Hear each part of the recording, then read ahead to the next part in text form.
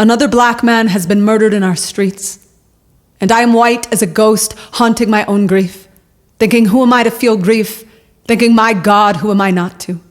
I'm writing to tell you about 1998, when Matthew Shepard, a young gay man from Laramie, Wyoming, was tied to a fence, beat with the butt end of a pistol till his skull cracked, left for 18 hours in Wyoming's frozen cold, his face entirely covered in blood, except for the places his tears had washed clean. I'm writing to tell you I was in a coffee shop in Seattle holding my love's hand when I heard the news. The grief tsunamied from my eyes immediately down to my knees. I could feel them buckle, each one of them like a Bible belt, snapping around the neck of an 18-hour scream. On the street outside the coffee shop, I could feel my last bit of unburied faith reach for the shovel in the dugout grave of my chest. I could feel my own mother kissing Matthew's forehead in a hospital where she knew even the doctor's God was rooting for a flat line. For weeks, I couldn't look at anyone I loved, without imagining hate crushing their spines into a powder that would be snorted at a party after a football game. 4 months prior, James Byrd Jr., a black man from Jasper, Texas, had been chained to the back of a truck, dragged for 3 miles along the concrete, conscious the entire time till his head was severed and his remains were found in 81 separate places along the side of the road. I'm writing to tell you that I do not remember where I was or how I felt when I heard that news. For a lot of our community, 1998 was the year only Matthew Shepard died. I'm writing to tell you I've been spending a lot of time thinking, who are my people? What determines whose death will storm my chest, will flood my eyes, will make me want to burn down a city and pray with every ounce of my winded grace that more than the smoke will rise.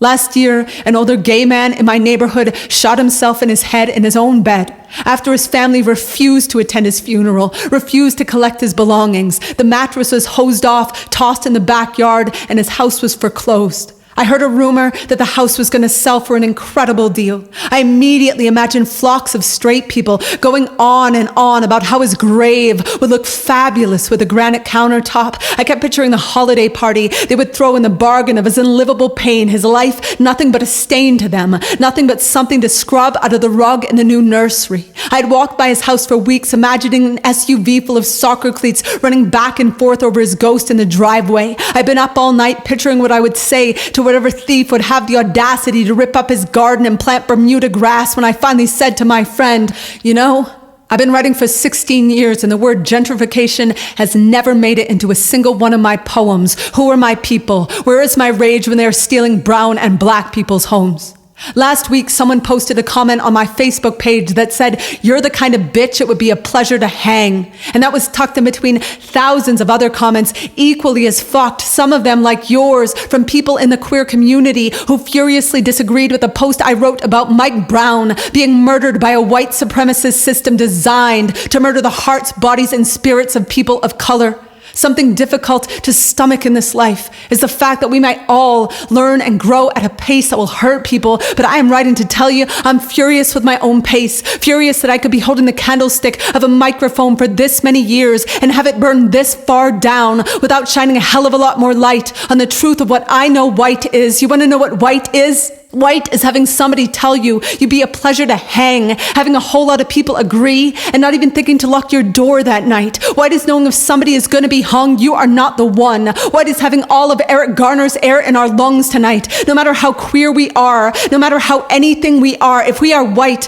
we have Eric Garner's air in our lungs tonight, and that means our breath is not ours to hold. That means our exhale is owed to mercy, to the riot of our unowned hearts, to the promise that who we weep and fight and tear down the sun for will not only be our own faces in the mirror, to the knowing that we can never ever be married to apathy without wearing the rings of the fucking poplar tree, when our country is still lynching and still calling the hung bodies shade, when our country is right now rolling a red carpet from the blood that pours and people are dying for us to notice our footsteps are red. Our silence is not a plastic gun. It is fully loaded. It has lethal aim. It is 1998 and James Byrd Jr. is not yet dead. He is walking from a party towards his house on the other side of town, and you and I are somewhere.